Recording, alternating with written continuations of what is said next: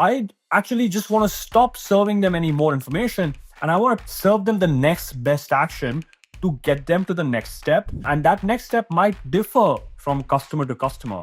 So having that understanding is very, very important. So it's not really about the features of the car. It's about understanding where the customer is in the customer journey and taking them to the next step. Welcome to the Experience Edge, the podcast where we dive deep with industry leaders, pioneers, and CX experts to explore what it really takes to create meaningful customer-centric business impact.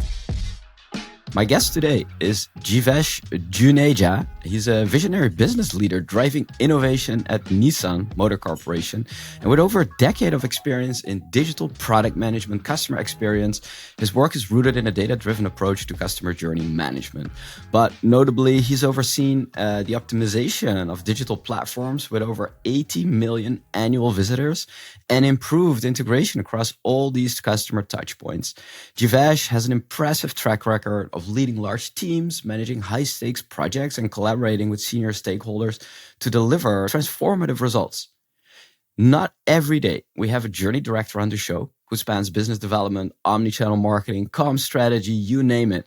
His holistic approach allows him to tackle complex challenges and identify the critical moments that define the experience. So I am super excited to have you on the show, Jivesh.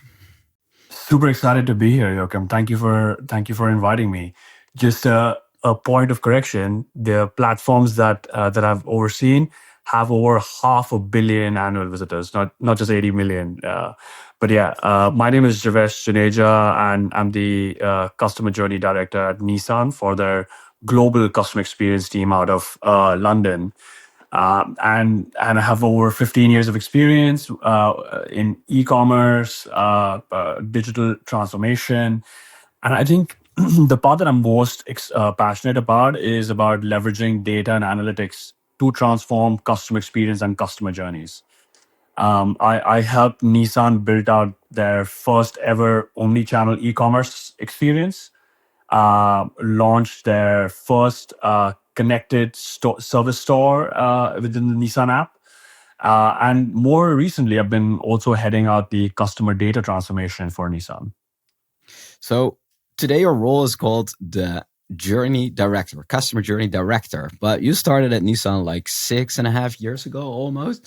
Can you tell me, like, what does Journey Director mean in your business? And what is the state today? Like, from the day you walked into today, a lot of things have changed, apparently.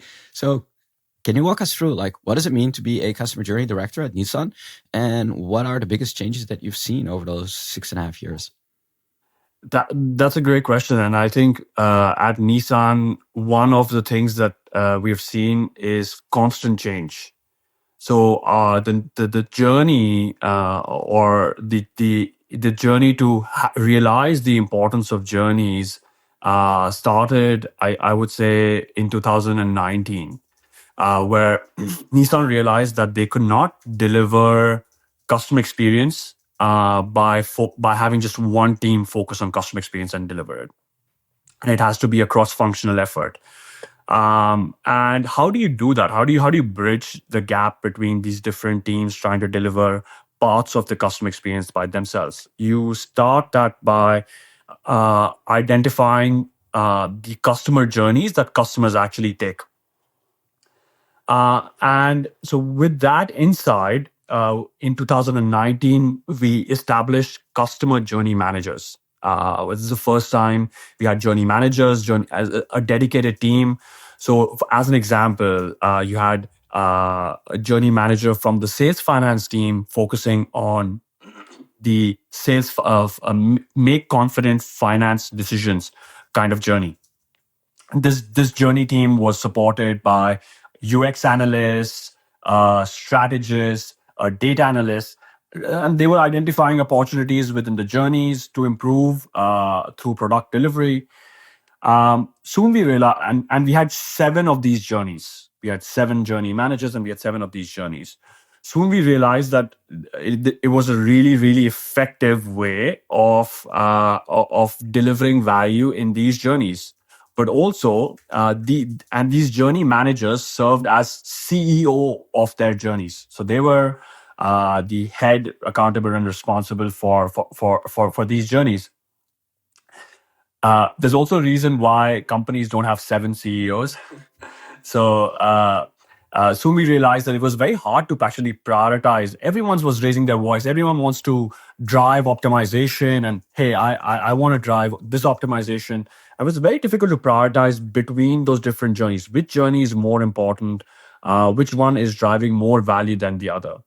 So we needed some sort of structure to help within these. So we moved from a journey manager structure to, and someone's even senior. So someone senior who had like accountability, who can drive change, who can voice within the organization to secure budgets to drive that change. So then we moved to we have 3 journey directors, and these journey directors are broken down by the phases of the customer journey. So they're broken down by try, buy, use. So it's essentially this serves at a slightly higher level of abstraction. And so a journey director's role is to manage the various journey managers within their team, and to drive change through product development in that phase of the customer life cycle.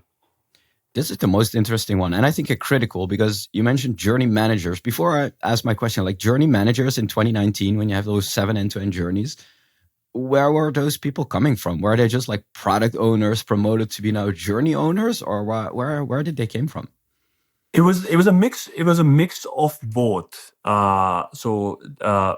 Some in some areas where we had mature journeys, we had product owners coming in, but in other areas, those were cross-functional. So we had journey managers coming in from the business. So, as an example, getting after sales was one of the journey steps, and for those journey steps, the journey manager came in from after sales.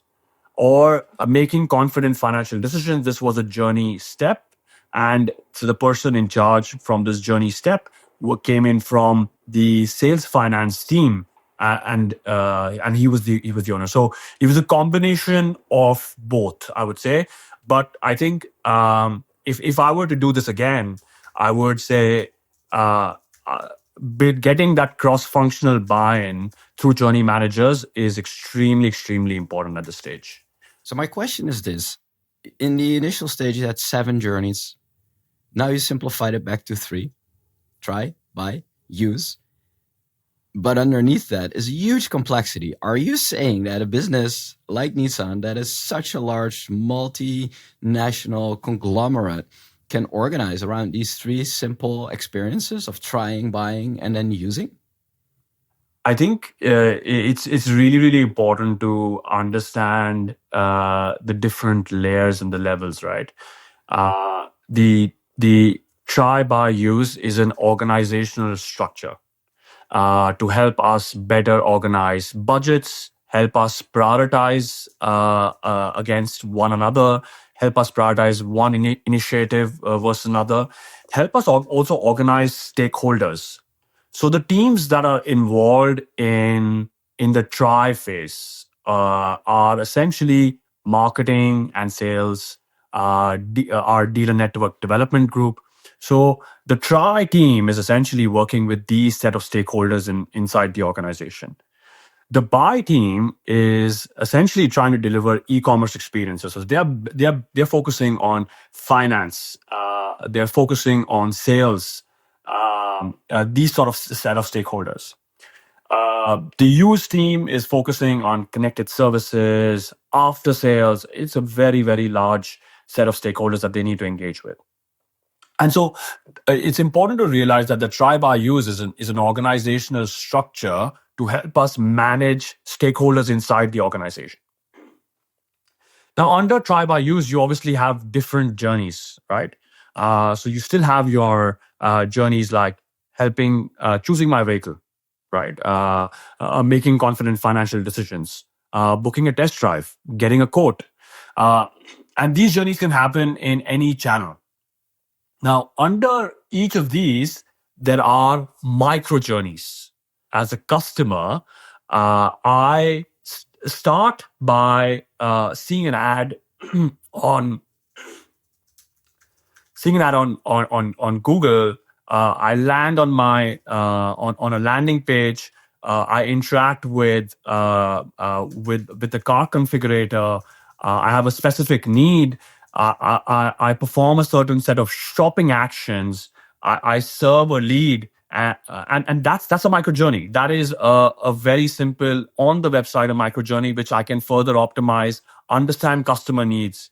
But so those are the different layers of abstraction, and I think in the end, you want what organizations really want to get to is to improve these micro journeys. But how do you support and how do you secure budgets? How do you build out your teams to improve these micro journeys? It depends upon the organizational structure and the cross-functional collaboration within your organization. Are these three journeys with their maybe like CEOs, their journey CEOs, of which I assume you are one of them? Are you making a clear distinction between, let's say, change the business and run the business?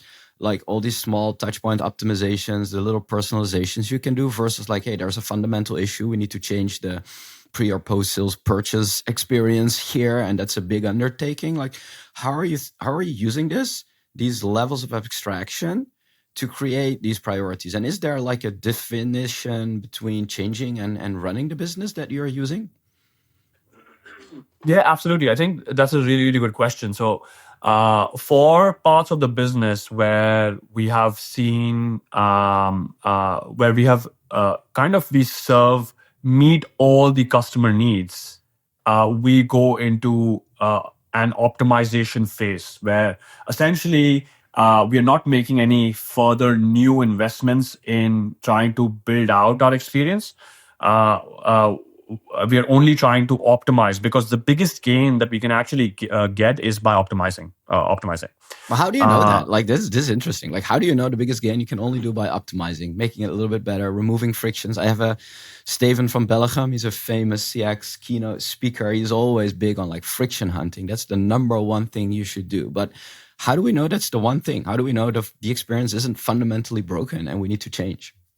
So I think if you do customer research and you like speak to customers and you understand what are the jobs to be done by that customer, and you understand what is the experience that you are providing, and if you kind of like check all the boxes, you kind of provide a healthy the hygiene level of support to the customer. Of course, see, if Nissan had, or if an organization had all the money, they could spend all their effort trying to delight and excite a customer in these moments, which I think is really, really important. But also, I think you have to gauge these decisions against all the various steps that the customer takes in the customer journey. So over the last couple of years, a large share of our investments have actually been in developing e-commerce experiences. So customers have told us that increasingly they are ready to start to shop and buy online. They are ready to make that decision online. And we see that from our research that customers actually make the decision to buy the vehicle outside of the e-commerce, outside of the OEM experience. They do their research on third-party websites. And when they come to the e-commerce experience, they've kind of already made their decision. They have a very good idea about what do they want to do. And so our focus has been, hey, if you have kind of made your decision, if you have already made a decision, let's help you take the next step. Right? Let's remove the friction to ensure that when you've come in on a platform, you can get to the next step and make that purchase. And so therefore, in the difference between try and buy has been try has been about optimizing, trying to make sure that we identify those points of friction and make sure that it's provide a seamless experience. And with buy, you're trying to build new experiences that essentially allow the customer a better understanding of, hey, what's it going to cost to buy this car and take the next step at the dealership. How are you thinking about that part of the new experience? Because that is venturing into the new. You have maybe research, you have maybe insights, but that journey, that experience clearly doesn't exist, or it exists elsewhere without Nissan being involved in that. So how do you make such a decision? Like, does it just bubble up to the journey director, and one of the priorities gets greenlighted, and there's going to be budget assigned, or is there a bigger prioritization ritual going on to really make that bet or that investment possible? Yeah.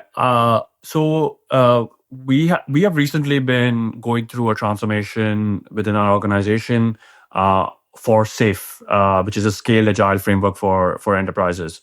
And I think the SAFE framework provides a very clear understanding of horizons.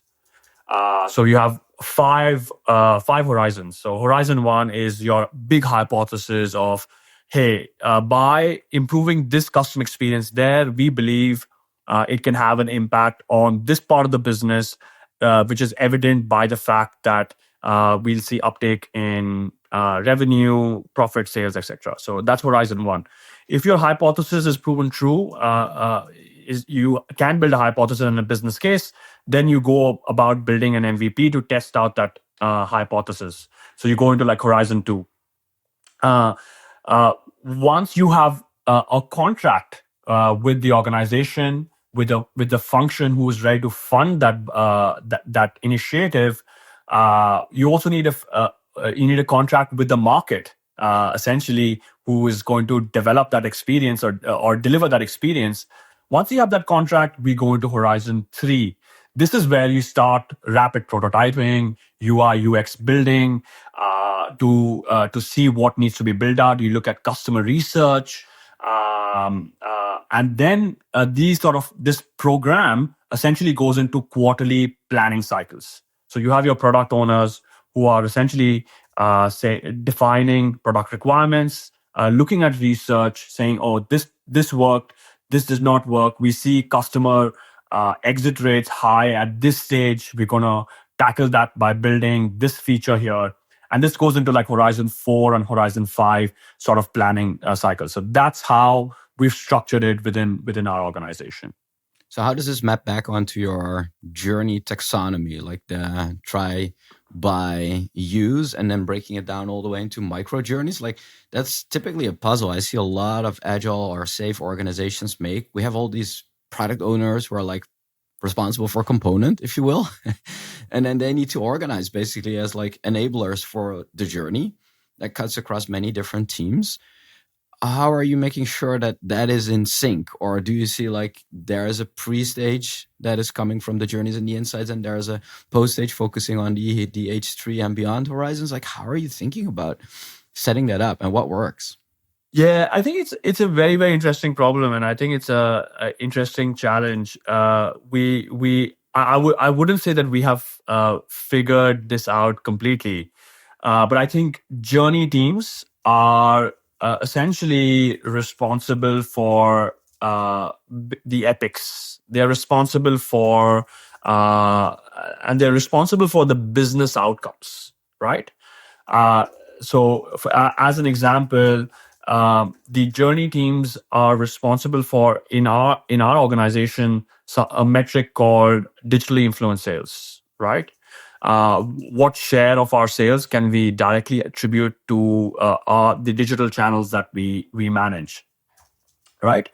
That is then further broken down into how do you deliver this digitally influenced sales, and you can deliver these digitally influenced sales by having an e-commerce experience or a buying experience for new cars, for used cars, for customers to submit leads, and then that is further broken down into products or different parts of the journeys that are supported by products. So you have various products like in our organization, you have a car configurator or a product listing page or a landing page, a lead forms, etc. and all of these are mapped out to the journeys that micro journeys that the customer is taking. And so yeah, I think that's how the work kind of flows from. Here's the business outcome that we want to deliver.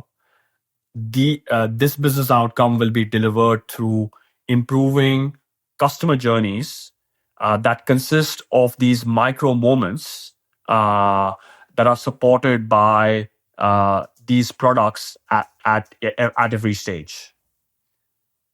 And that means that the journey teams who are responsible for the epics and business outcomes Yes, basically are helping all the other teams to prioritize. that's And right. so where does this break down? Because this sounds fantastic. In reality, it's usually hard because there's endless backlogs. Everyone is looking at their component, right? I'm Yeah. doing this forms builder. I'm doing this car configurator. That's my thing. If you ask me what the problem is, the solution will be there in that piece of the component that I manage. So they have huge opportunity to reprioritize. But what I'm seeing is that often when journey teams start to be responsible for epics, there is some friction initially until it levels out. Like, is that like something you've already grown past, or how does this play out in reality? I think it's super interesting. So I think I don't think we have grown past that. I think there's a lot of friction between product teams and journey teams, and uh, uh, in the last 3 months, we have organized ourselves around value streams.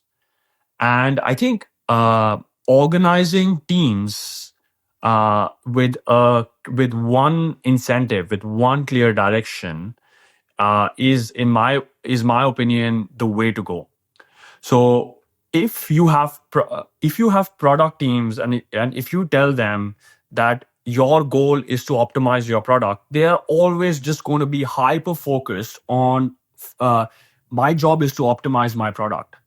But if you actually tell that product owner that now you are part of the squad, and this squad is essentially is working towards that end goal, I think that now starts to create a framework in which you can start aligning teams where the product owners can say, hey, actually, I think my product might not help us achieve that goal, or might help us achieve that goal only 20%. Or my product, if we optimize my product, we're essentially cannibalizing that other journey, which has a higher conversion rate. You can start having those conversations if you organize your teams around that common goal.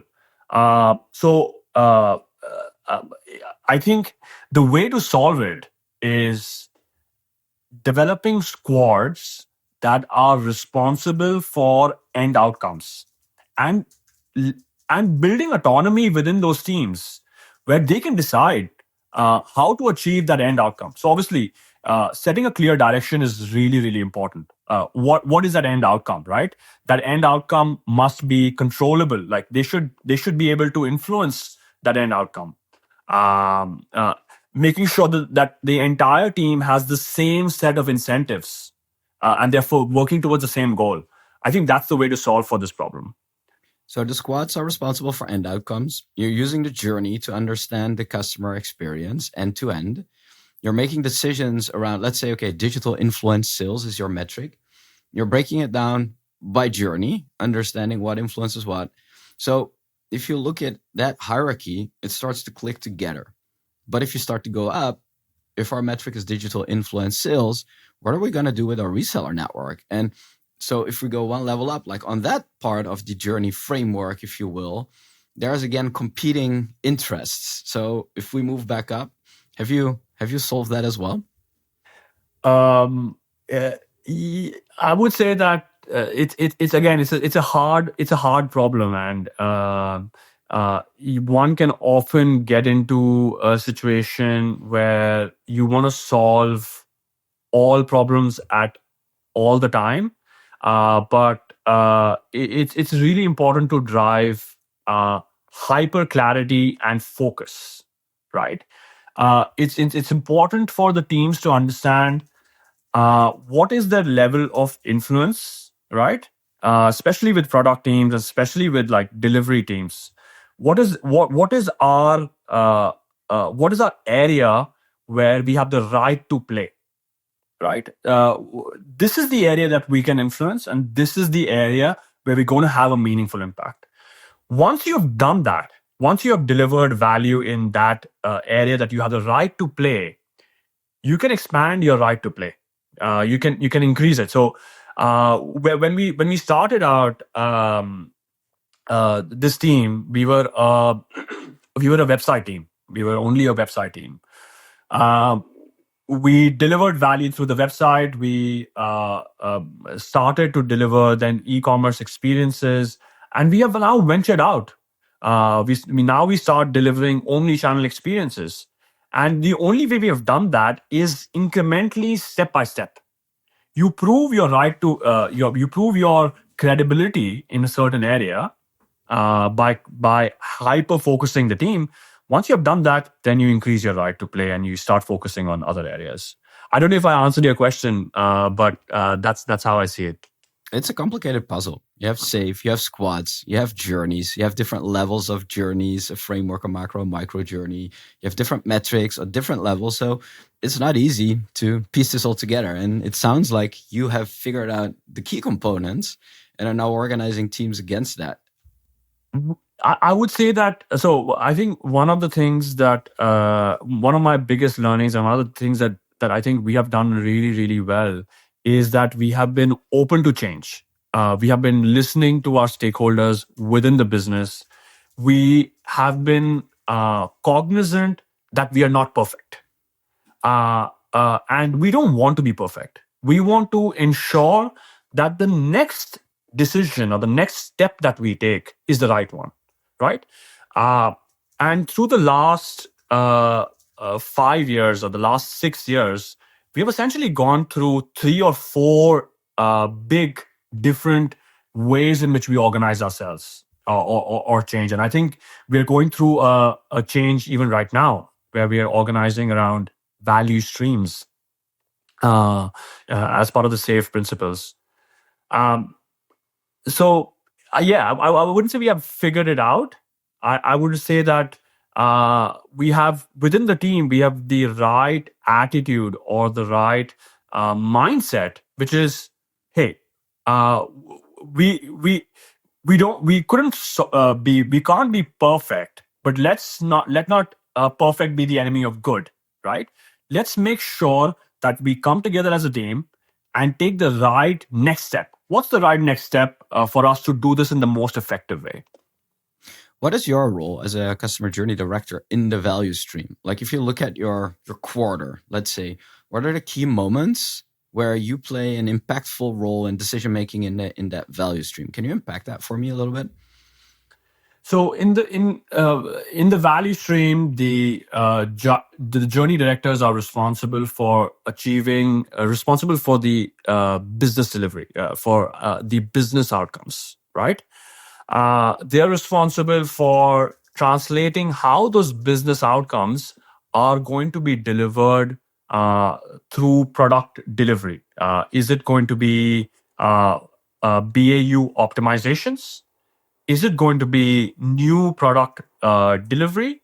Or is it going to be through platform enhancements, right? Now, the prioritization of what allocation of budget or resources goes into in three of these is a decision to be made at a value stream level, right? Um, Does that because change every quarter? Like I can imagine there's like fixed allocations, like percentage wise or budget wise, or is it always a matter of prioritizing the inputs? I think the allocation for these three areas wouldn't change dramatically quarter over quarter. They would probably change maybe every 6 months, 9 months, depending upon the change in business, depending upon requests in market.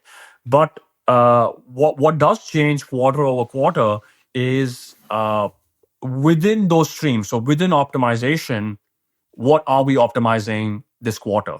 What have we seen last quarter? What are we going to optimize next quarter? What also changes is product delivery. Uh, we said that we're going to deliver X features. Have we delivered X features? Why have we not delivered? What has been the impact of delivering those X features? And for platform improvements, I think these are a little bit more longer horizon investments, and so they rarely change even like year to year. So we have our platform investments secured, a budget secured at the start of the year, and we normally go through just like improvement in our ways of working to ensure that platform is delivering value. Are you coming together with all the journey directors in specific time intervals every month you review, or is this a quarterly business review where also your peers in product from the IT org and from the service or reseller network are part of that, or is it really a focus on the digital part of the business? Yeah, so I think we have started. We have a ritual called PI, planning increments. So planning increments obviously help with our digital part of the business. But we also have quarterly review cycles with our functional partners, with sales, marketing, after sales, of all the initiatives that we have ongoing. I think those are the two big cadences. I think PI cycles, PI has been a huge learning for me, and I think a huge. It's been absolutely incredible to use that ritual to have a wide set of stakeholders come together to identify dependencies and interdependencies and essentially commit to an outcome. I think the most powerful part about PI for me is when teams at the end of it, they come and give a confidence vote. How confident am I to achieve this outcome? They do it by raising their hands, like I'm level 5 or level 4. And as a management process, I think it's very, very effective because you can start to see where are the frictions in the customer journey of your product owners and of your team, essentially, and start to address those. What is the thing that doesn't work well about this? Because I can also see that innovation sometimes takes a hit, right? We like to plan everything meticulously and we take our best guess. And it's also when a lot of smart people come into the room, it's also defending their plans, right? And maybe they've made commitments to their team or their customers that they want to see through that you're not seeing in that meeting. So what are things that are not working about this that you would have hoped to be different, but are really hard at scale? Yeah, I think the part that doesn't work well is I think that part on moving fast and breaking things. Sometimes you have an idea during the PI during a quarter where you just wanna, and it's a week long worth of effort and to get it done. And the teams have resources, they want to get it done, but you're so bound by process and structure that you say, okay, no, we're going to do this next PI, but next PI is 3 months away, right? So I think there's a fine line between using process to drive efficiency and having a process that's flexible enough that allows innovation. So I think one of the things that we did start implementing is have an innovation sprint. So the last sprint of the quarter is actually free. So the teams only plan for seven sprints. And this sprint, they can work on innovation. They can try to focus on their own personal projects. I know Google had something similar where they have their 20% project where they can use their 20% of their time to work on a personal project. It's something similar. I don't think we have nailed it yet. Yeah, but we're trying to work through those challenges. If you're enjoying this conversation, don't forget to subscribe on your favorite podcast channel and leave a review. It makes all the difference. The Experience Edge podcast is where I interview business leaders, CX pioneers, and the best designers who share their insight on creating business impact, having an edge on the customer experience. If you want more exclusive content and behind-the-scenes access, check out the Experience Edge podcast on YouTube and LinkedIn so you don't miss a thing. Now let's get back to the conversation. So I want to switch gears a bit from process to the actual impact on the experience, on the customer experience. One of the people I admire is the CPO at a company called ENBW in Germany, and they have a big statement. They say there can't be an epic on any roadmap that doesn't link back to a customer journey, right? Simple rule, everyone follows it. So whatever goes into PI planning is by definition supporting the customer in one way or another. What are you doing to make sure that that is true? Because if you're a customer journey director, it should all ultimately create value for the customers. But often in these PI rituals or these scaled agile frameworks, we optimize for process. Everyone knows what everyone else is doing, and we forget that it's ultimately for the customer. So how have you been able to change this and make sure that everything that you are doing is ultimately for the customer? I think in our organization, because the process of building out customer journeys and customer journey maps started back in 2019. So it's almost like 4 or 5 years. And there is constant talk about, at least within customer journey directors, there's constant talk about how value is delivered. This is how value is delivered to the business, and this is how value is delivered to the customer. And everything is worked backwards from how value is delivered to the customer. And there's constant iteration of this during our PI cycles, during our quarterly function cadence with our market partners. Could we emphasize it and make it more explicit? I would say so. But I wouldn't say that we necessarily have that problem where teams aren't tuned in to ensure that value isn't being delivered to the customer. How do you measure that? How do you measure it back to the teams? Because I mean, a lagging indicator is how much sales are influenced by digital, right? How do you know week on week, quarter on quarter, but also month on month for the teams that they are actually making progress towards customer value? How do you measure that? So I think digital influence is obviously a very high line metric, and that digital influence sales can be further broken down into various conversion rates through the entire process, right? And you want to be able to track all these different various conversion rates and have your squads essentially align to see which part of your journey is falling out where, and how new products can help improve that conversion rate, satisfaction, engagement. So we're delivering a ton of A/B tests every quarter.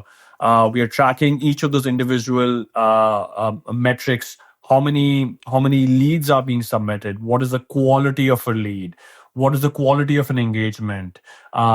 We've built out an ML model called serious buyers.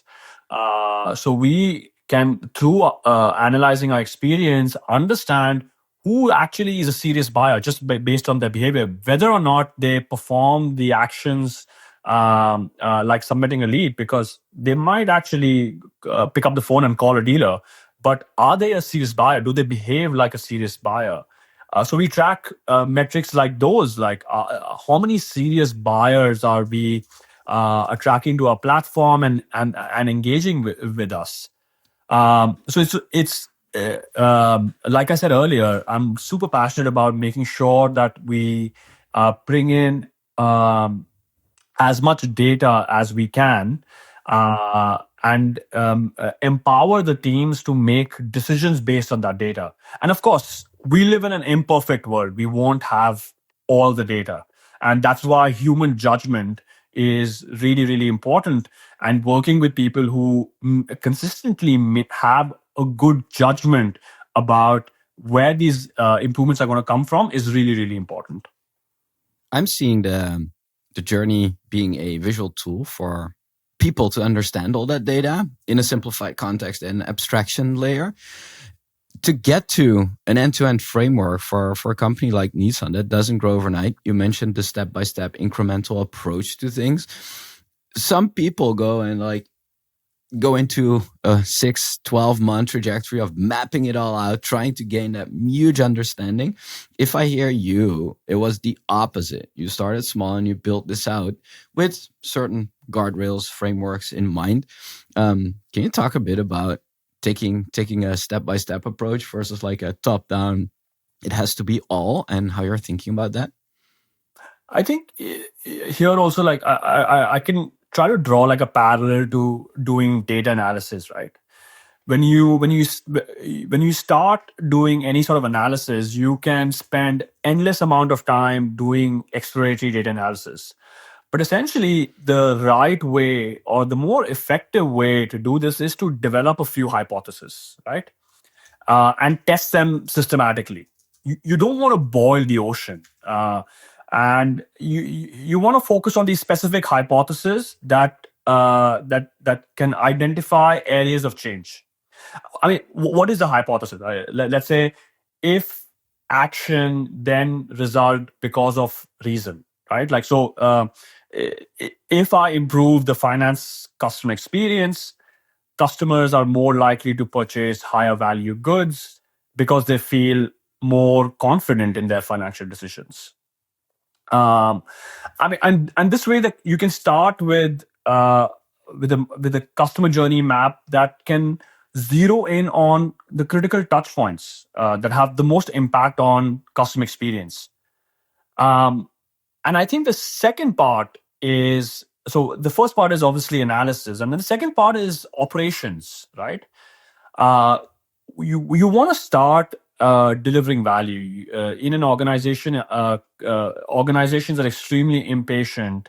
They don't have all the time in the world. You want to deliver value, and the way you can deliver value is by starting small, implementing a change, measuring the change that you're making to the solution, and once you deliver value and you have delivered a measured value, you also start building momentum in the organization. Uh, and these are extremely important. A, to build out that culture of continuous improvement, uh, and B, to secure buy-in from your senior stakeholders. Customer journey transformation projects are often require the executive buy-in at the senior most levels, from your CIO to your CDIO. How do you do that? I mean, you have to start small, have focused areas, deliver value, and build a process that can help you do that repetitively again and again. Was it necessary to, from these first like success cases that you're building, was it necessary to get all the way up to the CEO to get a approval for a journey-centric transformation? Was that the way that you took? Was that actually happening? Or was it more like there were smaller incremental pivotal moments in your path from 2019 till today to actually get it done? Like what walk me through what happened? I think we were lucky in some ways in which there was recognition at the highest level of the organization. I think in 2019, you can find a press article where the CEO or the COO says how important is to deliver customer experience and how Nissan is going to build out that customer experience in a structured way. And I would say that not all organizations are geared up in that way, or are have that understanding. And I, and while it is important to have that executive level buy-in, I think you can also build out that executive level buy-in by taking these small incremental steps. Right? You start small, identify few areas of change, build out a repeatable process where you can impact that change, and take it to your executive, and then slowly, steadily, you can start to build momentum, and then therefore seek a wider set of stakeholders to be onboarded. Uh, I mean, a simple when we started out the process, our customer experience team uh, was a few people globally, and now it's grown almost five or sevenfold. Um so the strength has also grown. Are there on the try by use journey level? Are there on the CEO, CIO's board presentations? Are there data around those journeys? Is that how they are steering the business? Uh, to some extent, our digitally influenced sales as a metric is reported up to the CEO, COO level. So what is It's in fact, I think in 2000, during the pandemic, our COO even publicly, in a press release, released the numbers that we have for that metric. how would you advise people that are on the brink of initiating this change in their organizations? Because you've been through all this work in the last like 5 years, 6 years. You've done all the right steps, it seems, but you also make it sound very easy. So if you look back, like how would you advise someone who's starting here? Because the common theme that I'm seeing is there needs to be groundswell. There need to be journeys in place, metrics in place, analytics in place, AI capabilities to use all the unstructured data in place. Like the ground level needs to be there, but it needs to be rooted in some business metric value, whatever the business cares about now to show the initial impact. But there also needs to be top-down support. So you said we were lucky to have that. Other companies are not that lucky. They need to like create this momentum. Some have that top-down support, but then need to start from the ground up. Like what are some of the things that you would advise another Jivesh in another company to do well and avoid maybe to not do? Um, I think when we started out, one of the things that we did well was we we did our homework. We clearly did our research. We identified the customer jobs to be done. Uh, uh, and we use that. We map that out on the customer journeys. We collected data from our from the data that we had internally, analysis of voice of customer, NPS. We also in some ways relied on syndicated surveys that gave us an idea about what are the moments that are promoter creators, detractor creators, moments of truth, or which are just routine, right? And so you want to focus, you want to have a different plan of action for the different moments. A promoter creator, you want to delight your customer. A routine moment, you want to make sure that you're just serving a hygiene experience. And detractor creator, you really want to invest to make sure that you're not creating detractors at that stage.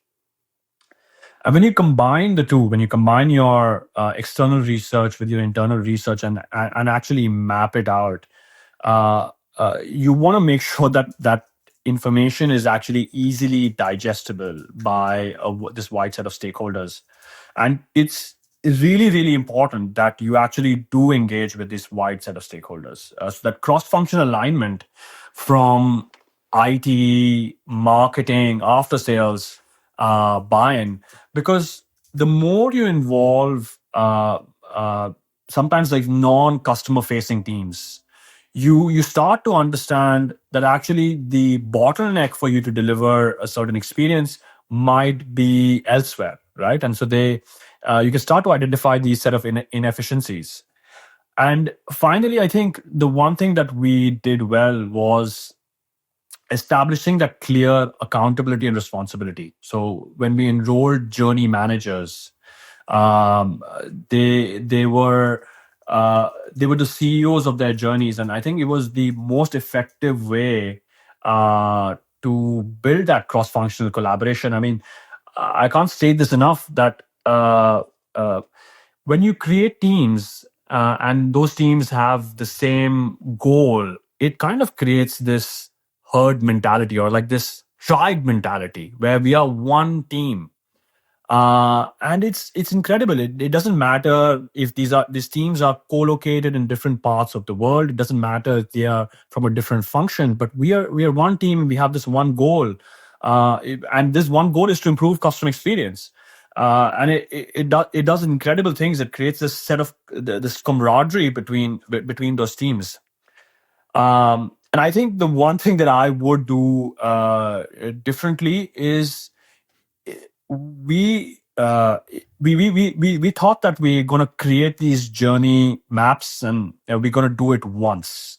And so we said, okay, we're going to develop these PDFs and we're going to send it out.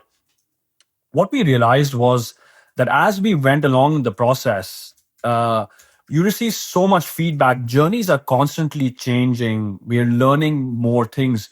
We're actually getting more data from our customers. And these are living, breathing documents. They need to be changed, updated all the time. And I think that's the one thing that I would change. I would do differently this time around is try to make sure there's a recognition within the entire team that this is not the end state. This is the state that we start in. And this state will continue to evolve as we get more feedback from customers, from business people. Yeah. So basically, creating like a digital twin that is accessible to everyone is what your journeys are serving you with. Absolutely. I think the part about communicating to all your stakeholders often is really, really important. Teams often, when you're trying to have transformation and have like big change, teams often get into their routine work, and it's you have to keep reminding them that, hey, look, in a very simple way, look, this is what we are trying to do. This is the customer experience that we are trying to deliver. And that's why your piece of work is really important to deliver that. And that does, you can't have that impact or change if you're only communicating to these stakeholders on an annual basis or on a half yearly basis saying, hey, look, we're a customer experience team and this is what we're going to do. It has to be more often, and that engagement has to be at a more deeper level. What has been the big way that you are able to shift between being like car centric? A lot of car manufacturers are car centric. Everything revolves around the car, to being customer centric or organized around the journey. What is foundational in that change? How are you able to do that while other companies are still so product centric that are not doing this? Yeah, I mean, honestly, it's really really hard because in the end, car companies are product companies. We build a product which is the car, and we sell that product. But we're also with that product delivering experiences, and we are solving the jobs to be done by that customer. But I think adopting a customer-centric view versus a product-centric view is a slightly different way to approach the same problem. Uh, in a customer-centric view, you are building things that the customer actually needs, and you base your decisions based on that. In contrast, I think a product-centric view focuses on features, or here's this cool feature for the customer. Here's what the customer wants. Here's what we have to offer, and I'm going to sell this cool tech to the customer, irrespective of whether they want it or not. Uh, I mean, even in the case of the customer experience team, or in our example, um, uh, we know that the configuring the car in the experience is an extremely important stage.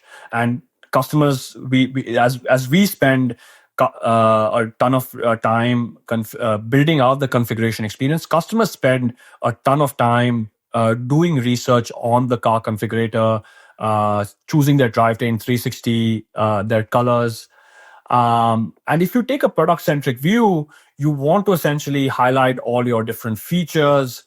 You want to show all the cool gadgets and all the cool tech. But actually, if we take a customer-centric view, and we did a piece of analysis on this, we saw that customers, when they started interact with with the car configurator, actually at the state when the likelihood to buy kept on increasing as they interacted with the car configurator. But at 3 it peaked.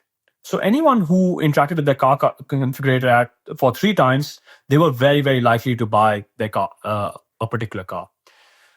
But it started to decline short after that, and anyone who configured 12 cars, the likelihood to buy was zero, right? Um, so if you look at this data, and you take a customer centric view, and you say, if you had taken a product centric view, you were saying, hey, look, I want to make sure that the customer has all the information, they're able to configure as many products as they want, and they can get all the information that they want. But actually, if you take a customer centric view, it seems like customers seem to know what they want. They come to this platform, and we want to help them take the next step, right?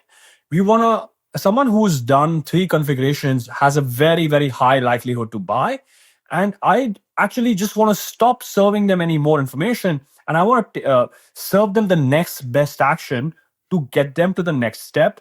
And that next step might differ from customer to customer. So having that understanding is very important. um, so it's not really about the features of the car. It's about understanding where the customer is in the customer journey, and getting them to taking them to the next step. And of course, uh, the features of the car are extremely important. Customers make decisions based on that. The price of the car is extremely important. The color of the car is extremely important, and customers should be able to do that. But it's the approach that one takes, being product centric versus being customer centric. I think this was a really good example of explaining the differences with a real life example that is data driven. And the obvious next thing you would be is like optimizing for like, okay, you can only do 3 configurations, but the way you explain it goes way deeper than that. So I think people can learn a lot from this. Jivesh, let's do a quick lightning round where I ask you about 4 types of journeys in your life. The best, the worst, the last, and the first. Are you ready? Yeah, let's go for it. All right, maybe we should start with the first customer journey. So I think the first customer journey that I developed was Nissan's first e-commerce experience. It was the first time that we were delivering an omni-channel experience. So you could start building your car at the store, and go home and finish building and complete and ordering a car, or you could do it at home and come into the store and order your vehicle, and you could get a financing option. It was all encompassed in a beautiful store in Paris. So that was the first customer experience. Wow. I don't think many people have a first experience like that. What was the last customer journey you did? So the last customer journey that I have been building out is on the try part. So this is a very simple customer experience where customers come to our landing pages they interact with our shopping tools, and they convert to a lead. But they spend a lot of time actually on this part of the customer experience, and they give us a lot of information. When they go to the dealer, they actually have to repeat the same process. So what I did was, we were able to connect this online and offline customer journeys. So now when the customer goes to the dealership is able to personalize their customer experience in store. So the dealer knows, hey, Joachim is interested in vehicle A, B, and is deciding between these two trims, and he's actually quite interested in this accessory. So we call this dealer hint card. So the dealer receives a hint card where he's able to take all the information from their online journey and serve recommendations in store. So this is awesome. What is the worst customer journey that comes to mind? So the worst customer journey that I had, and it was quite recent actually. So I bought a product. It was a fragrant candle, and I had an issue with the product where it was leaving a lot of black soot. And I reached out to the customer service, and they said that they only deal with the issues from the product that you order from e-commerce. I was like, wait, you only have one customer service number, and it's the same product. And your recommendation to me was to go to the store, a store that doesn't even exist nearby. So I found that it is a typical conundrum where you have different departments and you don't have a connected customer experience. So let's end on a high. What's the best customer journey you ever built, you were part of? What is the best one? I think my best customer journey I was part that I think is really, really good is my local coffee shop. They remember my order. They greet me personally, and I think that's what brands should strive for. It's that level of personalization. It's that level of comfort, or that hospitality that I get, or the feeling that they emote. I think that's absolutely incredible, and to do that at scale, I think that's the challenge. This was awesome, Jivesh. If people want to learn more on your journey with Nissan and how you've been able to do all these things in such a lovely way, how can they connect with you? Where can they find you? I think they can find me on LinkedIn. My name is Jivesh Juneja. There's not a lot of Jiveshes on LinkedIn, so you feel free to reach out to me. I'm happy to connect with anyone to share more about my journey, about journeys. This is awesome. Thank you so much for joining me, Jivesh, and I look forward to speaking again. Thank you so much, Joachim. Appreciate it.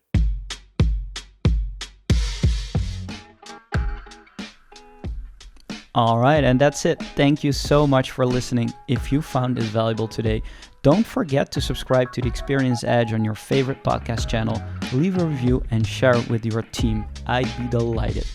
Today's episode was brought to you by Daydo, the AI journey management solution for enterprise. To have an edge on your business strategy and to know why your customers do what they do, visit daydo.com and explore more resources to accelerate your customer experience game. And remember, the journey to creating customer-centric impact never ends, and here's always a new edge to discover in doing things differently. Next week, new episode. Until then, keep pushing the edge and stay inspired. See you in the next episode.